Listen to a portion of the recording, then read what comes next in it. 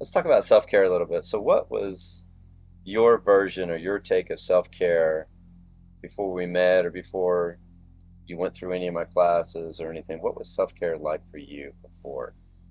Quite honestly, I didn't even understand. I didn't even have any idea what the word self-care was. Okay. So, Buzzword, you've heard it, yeah, but I mean, I'd heard it, but I don't think I really ever internalized it, hmm or put any, I don't know, any thought into it, really. yeah, Uh, so, I mean, taking care of myself wasn't really, I don't know, it wasn't in that context. gotcha. You know, the only way I probably, for me, self-care at the time, but I typically just would work out. I Gotcha. mean, I would go to the gym, Exercise, yeah. exercise. What has it been like for you, like getting rid of those things in your life that no longer serve you as a hoarder? There was, and you may not be able to answer the why of like why you were buying those things, why you were hanging on to them. Mhm. You can share if you feel, if you feel compelled, but I just really want to know what that feels like for you today to no longer have that kind of attachments in your life. It's a good question. Um, Part of me felt like having a lot of stuff meant that, it was comforting to me. hmm Um, and also, I getting rid of things was painful for Namaste, everybody. Thank you so much for joining us today. Got my brother here, Ryan, me. that I've known for a few years. Ryan, how did we meet? We met on a Angels 14 call. Yeah. I think I'd been out for a while. Has that been almost 3 years? It's close, yeah, I think it's about, yeah, because October, yeah. I'm guessing it's been about 3 years. 'Cause it was a year, a year or so prior to me leaving Oregon. I know that. Yeah. So yeah. And then where are we here? What's this place about? Well, this is actually a place about healing and recovery, Yeah. which is a great place. Being able to sit here and, well, being a mentor, for one, coming back and doing that, but also going through Warrior Descent and, being able to work on your, um, really everything, Yeah. about taking care of yourself, getting back to who you are, all those things. So yeah. Let's sprinkle in a little bit. Yeah. A little mystify me is going on. It's not too bad. I love in excess. Let's talk about self-care a little bit. So what was your version or your take of self-care before we met or before you went through any of my classes or anything? What was self-care like for you before?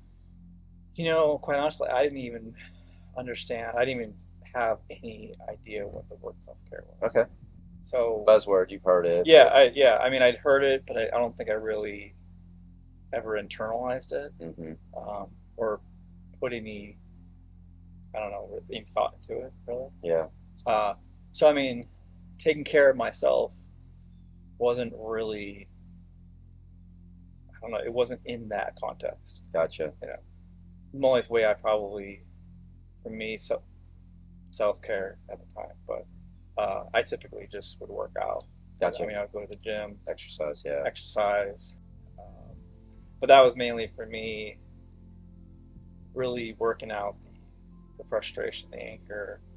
Um, it wasn't as much about fitness. It was more about now wanting, releasing, yeah, releasing all that and anger, at the world or yeah, whatever's going on. which is a good vein, a good avenue to do it, right? Instead Yeah. of doing it to somebody else, you go do it in the gym and lift some weights and Uh-huh. yeah. And I see that.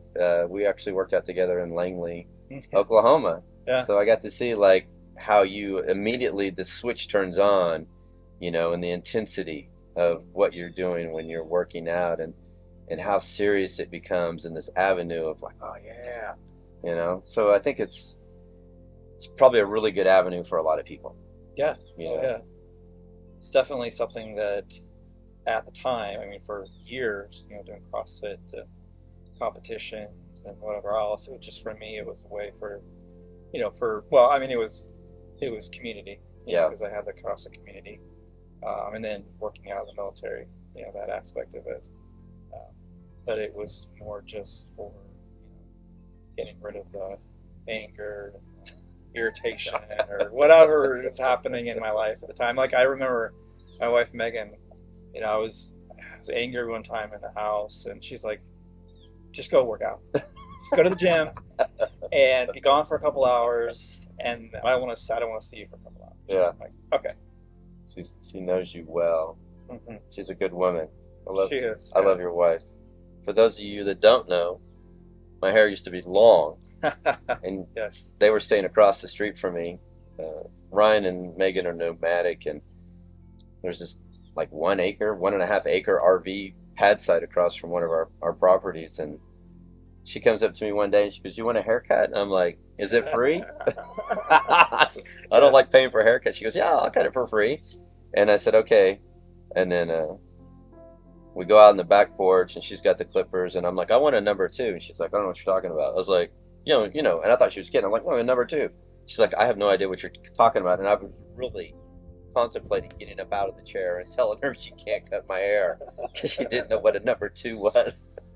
So I went from really long hair to this. So your wife helped transform me. What's your version of self care like today? Well, actually, I mean, I do a gratitude practice in the morning. Mm. I find out, well, I mean, I've known for a long time that I'm kind of a bear in the morning. Oh, I yeah, a kind of little have that cranky. little Cranky. cranky, I'll call you a cranky panda. yeah, Cranky panda. cranky panda. That could be in my next podcast name, cranky panda. Um, yeah, I mean, I've always woken up, kind of a mood. I mean, it's Yeah. all the way back to growing up. My dad knew not to open the door in the morning. Mm. He just knock on the door, and so yeah. I mean, my self care now is really kind of set my mind up for the right, Yeah. for the day, right. You kind of reframe your perspective, understand what it is. Yeah. So I started out with two things: gratitude practice. Okay. I usually do, well, three things now. Gratitude practice. Usually it's like typically gets into about 5 to 10 things I'm grateful for. Right. Um, and I usually go until I don't, yeah, I can't think of anything more. And I go, okay, well, I'm stopping. And then I go As and, many as possible. yeah, as many times. I mean, there's some of them that have been like 15, Yeah. probably 15 of them. And then I'm like, okay. I mean, I have some of the same ones over, Right. over and over, but and I add some new ones. The other thing is I journal. Okay. So I have an app on my phone that my Use. Google Keep stuff. I put everything on there. Smart. That I can, so seeing with my phone. A lot of times I'm just journaling now. Yeah. But yeah, so I do that. Typically it's in the morning, right when I wake up, so I can kind of get those. Because I know negative thoughts are going to come out. Yep. So I put those down, and then I started a new practice. There's a motivational speaker that I'd watched. His name Brendan. I can't remember. Shard, I think. Okay. Shard. And one of the practices that he had recommended, or he does, he writes 10 things. It's 10 questions Mm-hmm. of yourself. And a lot of them are like, how can I be better today? How can I Right. be 1% better than I was yesterday? Oh, gotcha. How can I improve my relationship? Mm-hmm. How can I appreciate my wife more? Those kind of things. Right. So it kind of gives your mind things to think about throughout the day. Yeah. And then helps direct me. Some introspective questions. Yeah, introspective questions. And then I do, in the morning I'll sit on the couch and just meditate or just do some mindfulness or, Yeah. Just sit in the quiet before my wife gets up. And, but yeah, I mean,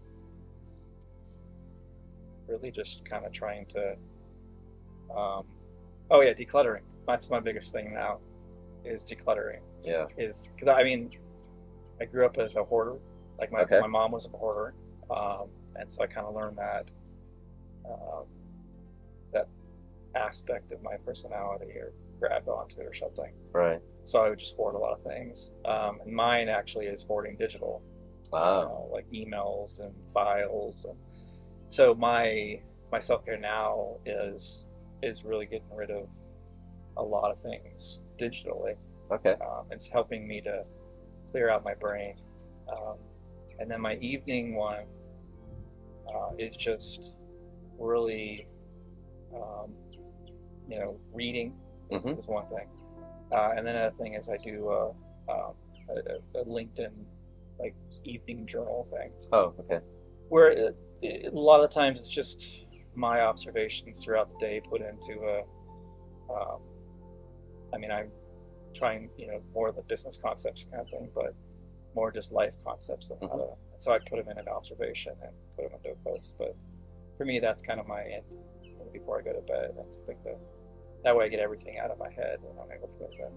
Yeah, you said some definitely important factors there. You get up in the morning, you take time for yourself.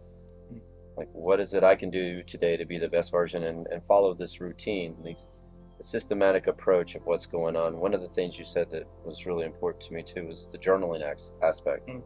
Because journaling is the marriage between the mind and the body. Let me be vulnerable. Let me express. Let me share. Let me do these things. And I have a plethora. I mean, I have a wallet that has, field notes in it. I've used my phone, and just like the other day, I handed it over to my wife, and it was something about vulnerability and how can we, make ourselves accountable every single week to be vulnerable, right? Okay. And so, like, if I'm driving and I think of something, I'll hand it over to her, and she's like dictating, typing in what I'm saying, because I realize if I don't capture it at that moment, it'll probably be gone, Yeah. you know. But it gives me that opportunity to kind of really reflect on it. And I think using other resources to help us, and seek those people, those processes, or those things that really resonate with us to keep us on track. So, that's what you're doing is 100% on point. And I think it's a good and a great option for a lot of people to really consider within their life of self-care of like, oh, I never thought about me getting up in the morning and me just being still and being quiet and meditative and thinking intentionally how that's going to affect my day. I tell people that, when I used to own CC's Pizza, that when I get up in the morning, I go to work, and I was thinking about closing the store all day. I was always keeping it clean. I always make sure that we had enough pizza dough and cheese and prep and sauce and everything that we needed for the whole day, and just cleaned as we go. And then when we went to close, I was out of there in 30 minutes, which is unheard of, for restaurants. But I was so organized throughout the whole day that it was super efficient. And that's kind of like how I like to plan my day. I like to get up and I want it to be as drama free, as toxic free, as productive as possible, intentional living, and focusing on my mission statement. So I think that's just, to me, from the standpoint, it's a perfect way to start your day. And I hope that some other people can kind of resonate and grasp those concepts and take time for themselves. I mean, to me, I think it's probably about a 30, 45 minute, but I'm just guessing. How long is this process for you every morning? Is it an hour? What is it? I would probably say about an hour. Okay. Um, I like immediately in the morning. I'm laying in bed, Mm-hmm.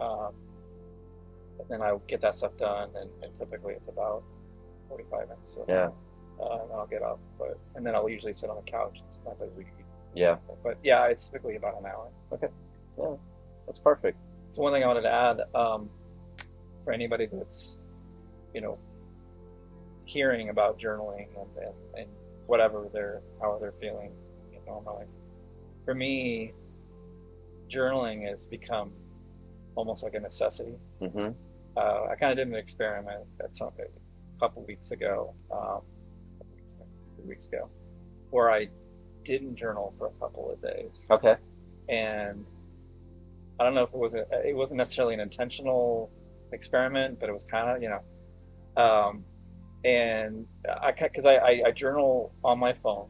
I do have a paper journal that I use every once in a while. Yeah. But using my phone, it gives me that kind of that instant access whenever I have it. But I didn't journal for a few days, and during the day, I was a little bit more irritated, Mm. a little bit more prone to triggers, Right. just things that would irritate me. And my wife looks at me, and she's like,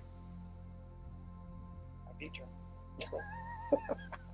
She Like, knows you too well, well. I haven't really journaled for a couple days, and she's like, well, maybe you need to get back to that. Yeah, I mean, she doesn't journal, but she understands that yeah. for The me, benefit. yeah, the benefit of it is that I ground myself in the morning, get all that shit out of my Yeah, brain, and then I go about my day. that's awesome. Yeah. I love it, brother. Thanks for sharing that. So, it's always part of I would say the warrior ethos is accountability and yoga. I always say is the mindset. It does two things for us each and every day. It lets us know the things that we're doing well, Mm-hmm. but the things we need to work on. From your standpoint, what do you feel like are the gaps or the areas for improvement in your self-care routine, like going forward? Because we're almost at the end of the year, Mm-hmm. right? We're getting ready to hit, 2024. Kind of for next year, what would you think would be some ways to amplify, enhance your self-care regimen to take you to the next level? Well, I mean, for me, uh, getting into the yoga aspect more. Okay. Like the physical Yeah, the aspect. physical aspect. Yeah. I mean, yeah, the yoga nidra is great. I do that every once in a while, but with the yoga and actual that, and getting into those things has been tricky for me. Okay. I think mentally for me, and I was talking with Charlie about this as well, or something like this, and the idea that getting stuck in my head, Okay. and say I only live with my wife, but Right. or even out, doing something outside, yoga, that kind of stuff, but really being worried about what other people think. Okay. And so that. Well, let's do this. When you come visit me next month, let's just start that routine and see what that looks like. Go through options. It'll be possibly nice and possibly cold, but then that'll give us the variance of, okay, this is what it looks like inside. This is what it looks like in the park. And those things like. I'm going to encourage you to think about like what it is, the environment you can set up for yourself, right? So, Sure. of course, no noise goes until you start doing a podcast, right? Yeah. Let's just pause for 1 second here. That's like nails on a chalkboard. I don't It think really any of you guys can hear it, but it's so it is bad. the most horrible, hideous sound ever. They're moving tables upstairs on the cement floor. But maybe like some incense or the music, what your environment is going to look like for you when you go do yoga. Because it's okay to bring incense. It's okay to bring a candle. It's okay to bring these things in your environment and set it up to make it calm and relaxing. So maybe think about that over the next few weeks until you make it down to Oklahoma to visit me and see what that's like and find a few outdoor adventurous places and That'd be cool. not worry about what the fuck people think. Yeah. And I'll give you some techniques and routines and some things that you can take with you that you won't injure yourself. You'll be like, oh, this is the way I can move my body that won't cause any injury. And I'll give you some routines and things not to do. So you'll know, like, hey, this could cause some injury. So I think that's great. Anything else besides maybe the physical aspect? And I'll say this. So Ryan lives in an RV. So it's challenging to find a gym. Especially some of the places you live that are more rural. It's challenging to be able to have those modalities that a lot of people have and the amenities that they have. So what is there anything else you think besides the yoga aspect of it? Well, getting back to working out. Yeah. Really. I mean, I just recently bought a barbell and some weights. Okay. And I've got I've been doing a little bit of exercise just with like my dumbbell and kettlebell and kind of stuff, but really getting my mind back into actually working out consistently and getting used to the aspect of working out myself. Yeah. I can definitely give you some power vinyasas that you will get a workout in. Sure. You'll definitely feel it. You'll be like, damn. So I can definitely make that a challenge for you. Okay. Just waiting for the aircraft.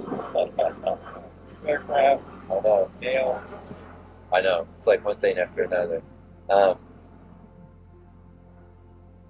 Tell us a little bit about like maybe your journey or your path over the last few years.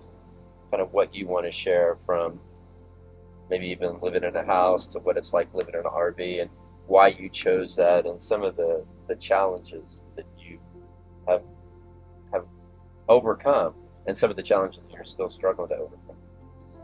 Yeah,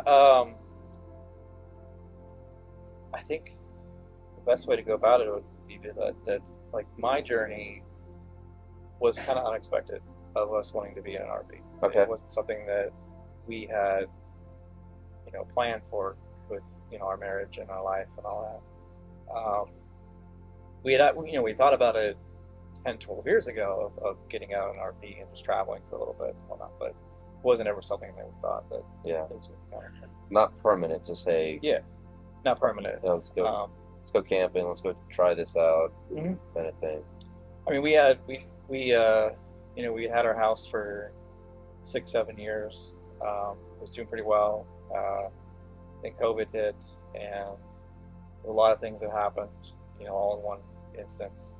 And it was just at that point in time, I was feeling more claustrophobic. I wasn't able to do what I really wanted Yeah. to do. That makes sense. At the time, I had a business. I was working the business.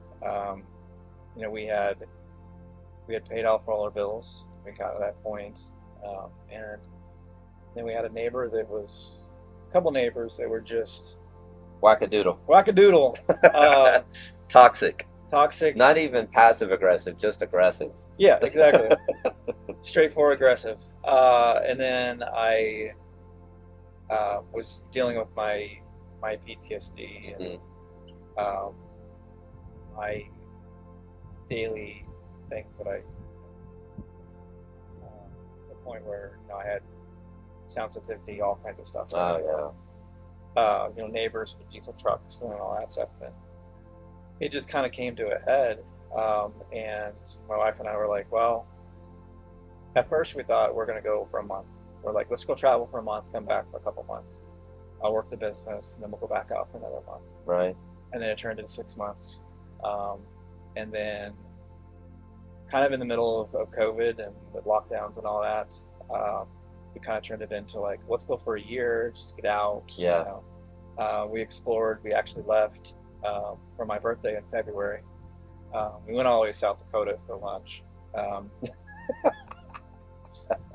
We walked into a diner and they're like, "Hi, how's it going? Where are you guys from?" We're from Oregon. And they're like, "Okay."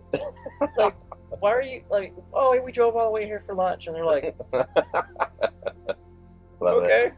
So, we loved it. Loved South Dakota. We thought, we went back home. We're like, well, there's not really much for us here because there's, it's a lot of restrictions, that kind of thing. And then we had discussed it about wanting to really find an avenue where I could feel better, Right. because I was always dealing with sound issues and whatnot. We decided to put our house on the market, just kind of go for it. We're like, well, you know what? Let's just jump in the fray of it. Got our house ready. Took about a year to get our house ready on the market. Then we sold it. Then we took the money from the proceeds and bought our RV and a truck. My dream truck. Yeah, he's always mentioned it'd be. You want to switch? I know. He has the truck I want.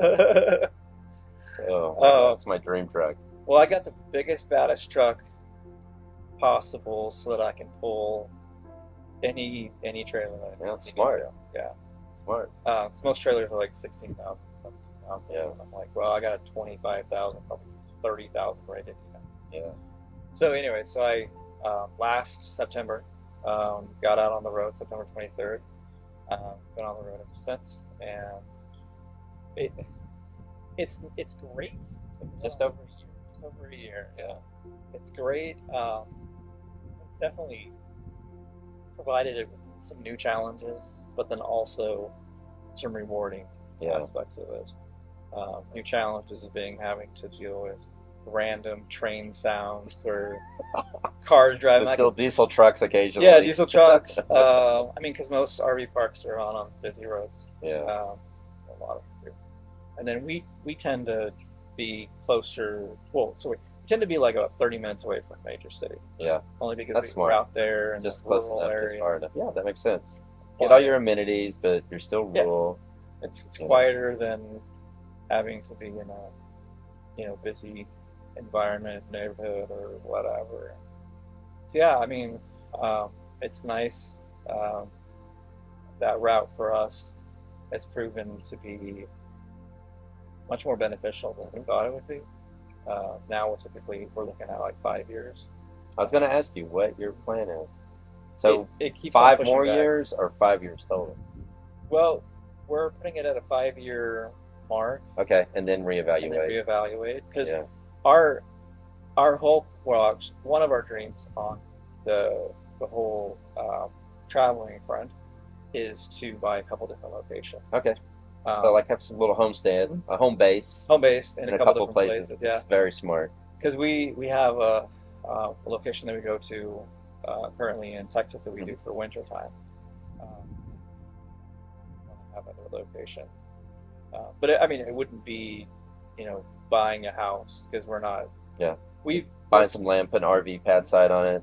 Yeah, because our place right now is about 400 square foot, Yeah. around there. And My house is double. My yeah, house is only 800. yeah, that's true. That's true. So Uh, sandwich two RVs together, you got my house. that's so going back to like the house aspect, getting out of the house was an interesting process.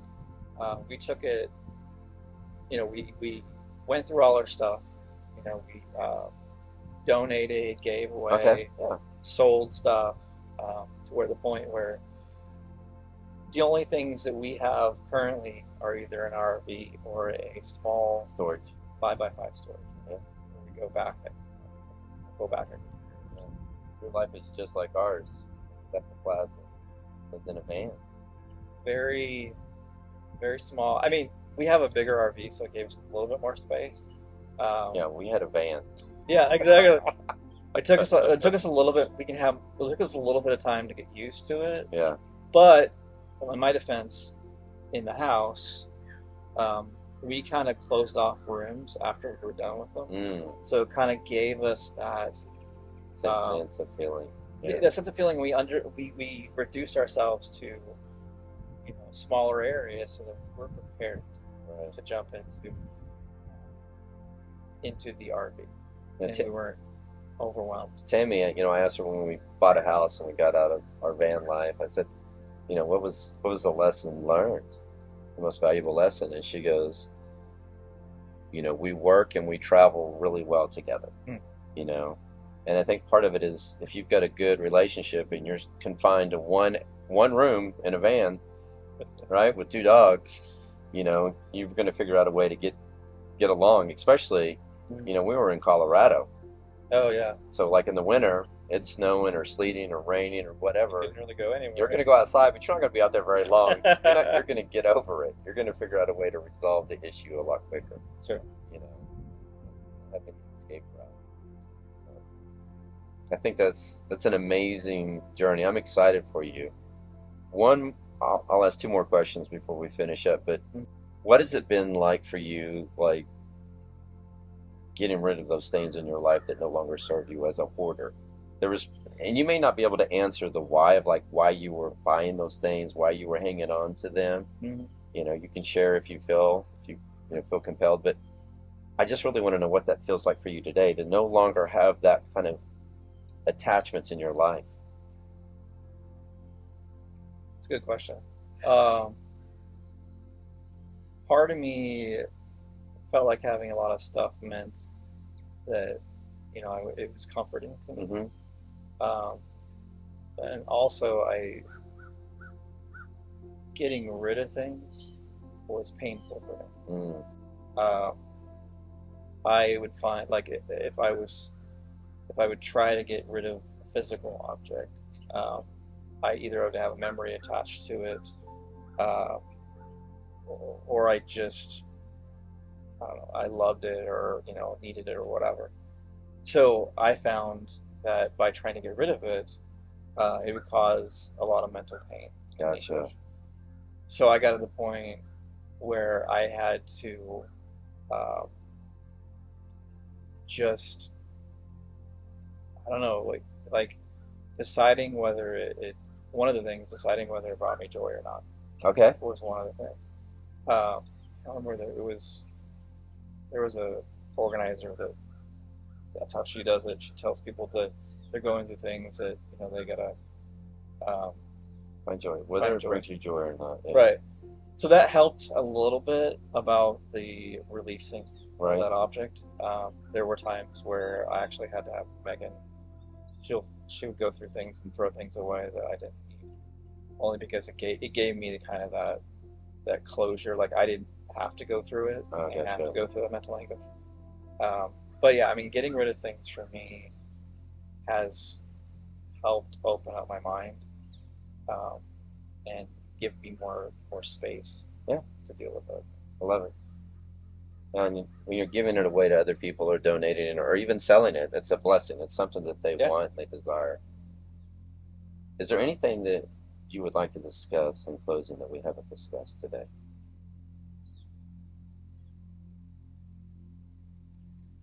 You know, I discovered this whole idea of like going through this RV life and getting rid of things. Um, it's definitely an eye-opening experience. Um, and then couple that with going through Warriors Ascent, Hmm. and you know, releasing the things that, like, we say this didn't serve me, that kind of Right. thing. It's a lot. I think there's a lot that I've or unpacked Yes. over the last couple of years. Um, but I think ultimately for me, and it's definitely still a journey. I mean, it's Yes. always going to be a journey. Um, but for me, being able to see it for what it is, and to recognize some of the things that I've gone through, Hmm. and either getting rid of or I don't know if it's something I want to talk about, but I think it's for me. I I have felt kind of a more and more of a pull to do that kind of stuff. Yeah.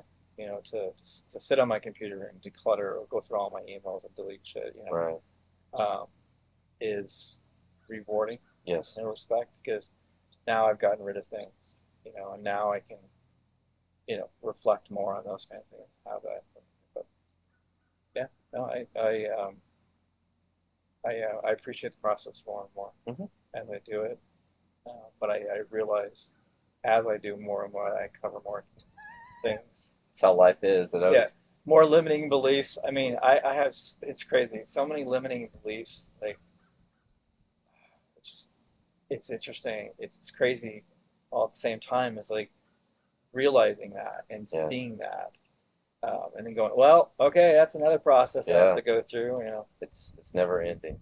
Well, thanks for sharing, brother. I look Yeah, forward to hanging out with you yeah, this week and of course next month down in Oklahoma, and maybe we can do this again and think of a different topic to discuss. that'd be great. So, Yeah, all right, brother, I love you. love you too. Thank you Thanks, so much. brother. Yeah. Good chance. Good hug.